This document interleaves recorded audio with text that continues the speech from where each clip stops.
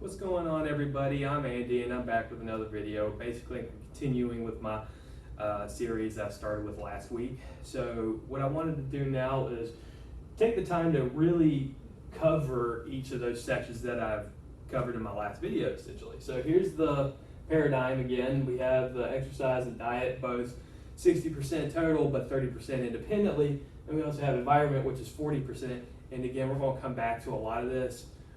But if you needed to, if this is the first time you've seen this paradigm, please go back and look at my other video. It'll give you the foundations and fundamentals of reason or my thought process on how I'm going to proceed with this. Okay, well, here's my disclaimer. So I'm an exercise physiologist. I do exercise-based prescriptions. I give insight onto how nutrition works internally and externally and around the environment. Again, but what I do and what I divulge in these is not meant to be taken as sound medical advice.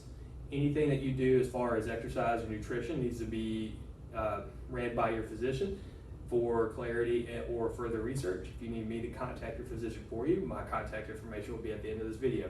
Okay, well, let's go ahead and move forward. Eating right, the first section, right? So everybody wants to really dial in this phenomenon, I guess you could call it. And what I need to preface is that this is not my way of trying to tell you how to eat right. This is not what dietary regimen I'm trying to tell you to follow. There is a ton of saturation out on the internet right now about it, and I'm not just trying to increase that noise. This is more along the lines of the biochemical, organic chemistry that relate to how we intake nutrition, how it affects our performance, how it affects our mood, how it affects our sleep, and how it affects everything else that occurs wrong with this. It's not about, hey, you need to eat eggs for breakfast because it has the highest bioavailability towards building muscle proteins. No, that's not what this is about, okay? If that confuses you, I'm sorry, but unfortunately, a lot of things that have to do with exercise and diet are not common sense, okay? Moving on, right, eating right. Personalized plan, sources, timing. This is going to be my my oversimplistic way of breaking this down. Personalized plan, I mentioned proper composition, anti-inflammatory, sources organic over stored or processed over fast foods. Timing, again, a couple of bullet points here: before, after a workout, a couple hours before bed. And I've kind of drawn out a circular diagram of what an average day would look like when we're not quarantined or stuck in our own house. Because if that's the case, this average is blown out the water. But you can see the black lines here, the blue lines here, the purple lines, probably not so much the purple, but they're broken down here. And we'll come back to that on another day. But that's just there for, food for thought. Ha ha. All right, here we go. We're going to break down the personalized diet. Okay, so we've got a couple of bullet points here, and I know it's really congested, so you're just going to have to bear with me for a little while. Right, we have the sum of per day. That's in terms of calories, kilocalories. Okay, that's how many calories that we need to ingest a day, or how many calories we need to cut out per day as well. Then that rolls into the sum of the week. Okay, so this little abbreviated calendar that I got here: Sunday, Monday, Tuesday, Wednesday. I put an R for Thursday, Friday, Saturday, and O means you're skipping, and X means you're hitting it. So that would be a skip day, rest day, workout day, skip, workout, skip, workout. So that's basically one on, one off in that mantra. And that changes per the goal, okay? The resting metabolic rate for the daily balance, that's a big target, I guess you could say. Excuse me, I had a burp, just recently ate breakfast. But it's a big target for your day that has to do with your goal, right? Your goal is going to change. Your day that you're working out is going to change your target for that day. That's the reason why it's important, not just look at it as the day, because that would tell you something like 1,800 calories a day. Grab my marker. As you can see, I've had to erase this a couple of times. I've practiced it. 1,800 kcal per day, right? If you were to look at it in that manner, then you're going to say, I need to eat 1,800 calories on this day, on this day, on this day, on this day, on this day, on this day, on this day. And if that's your goal, then yeah, then we'll talk about that. But if it's not your goal, then that's something you probably need to, digress or, cut into a lot deeper than just saying, oh, this is my target for the day. This is my target for the day. Because you may want 2,000 calories on the days with the X's, maybe 1,800 or 1,700 on the days that have the O's. So that has a lot to do with the timing for that week, or the workout structure, or the way you live, the lifestyle, the environment that you're putting yourself under. All that tailors into this. Okay, this is total daily energy expenditure. That's the overall number. Okay, an RMR will tell you 1,800, but a total daily energy expenditure will probably tell you something retarded like 2,800 calories. And you're asking, why so much, right? And this blows a lot of guys' minds, especially because muscle mass relates to metabolism. But when you look at 2,800 calories, that means someone like me has looked at your lifestyle and said, okay, you don't work a sedentary job, which means you don't sit at a desk for upwards of 8 hours a day, to sit in a car to drive home, to sit at a dinner table to eat dinner, to sit at in front of a TV for an hour or two, to go lay down before you go to bed. That means you're doing something way more intense than that. And that's where we come up with this number for a total daily energy expenditure. That accounts for that environmental deficit, or that environmental component that changes it all. Okay, that means you're looking at 1,000 more calories than what RMR is telling you need to be at. But then now you're going to ask, what does that mean, right? What does that mean in the big picture? What does that mean to the layman? And unfortunately, this is not the video for the layman, okay? When you talk about nutrition and nutritional sciences, you literally have to eat the science behind some of it. That's why at the beginning, I prefaced this video as a orgochem, biochem, nutritional chemistry kind of lecture, because that's the way it has to be looked at. You can't just think of carbohydrates are going to make me fat.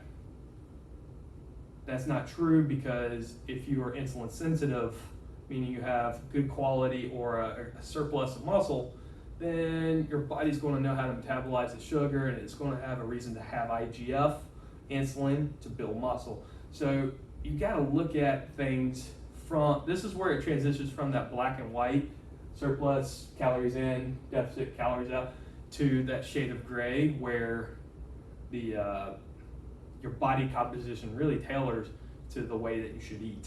Okay, so when we look at it, muscle protein synthesis, I had to change color code my abbreviations now, versus muscle protein breakdown. At surface value, or on the surface there, breakdown may sound bad. Okay. In terms of bodybuilders who doesn't want to break down the muscle, or power lifters, or your performance-based athletes that don't understand the exercise science behind it, this may sound bad. But a lot of it has to do with these pathways, these signaling hormonal pathways.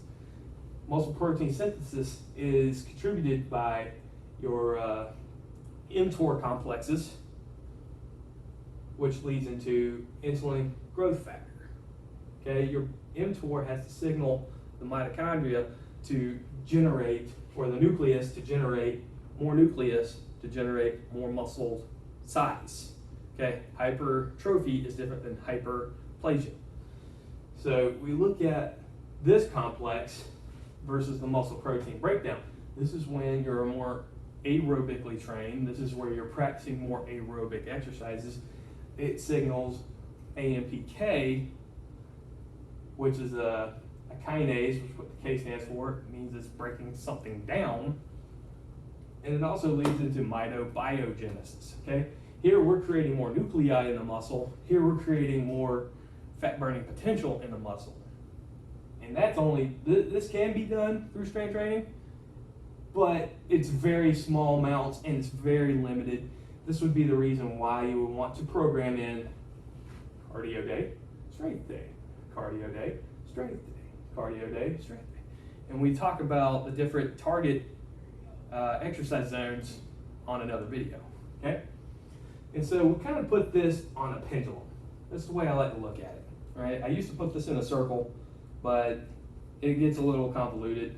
So I put it on a pendulum because you're going to swing from one side to another. It's constantly doing that. You're never going to just hit a spot and stay in it. That's not what homeostasis means. You are going to either be right here. We're going to split the difference. We'll say 50%. Or you're going to be over here, 75%. Or somewhere in between. Okay? Which also means this. Right? And this is just in simple terms, 50% or 25%. Somewhere in between. Right? Again, these both are gotta equal 100. Is it possible for the breakdown to be greater than 50%? Absolutely, especially if you're insulin resistant. Okay, this is where you put calories in and your muscle tissue isn't designed enough to absorb those to receive those insulin signals. The insulin hormone opens up the channel to store sugar or glucose or glycogen into the tissue.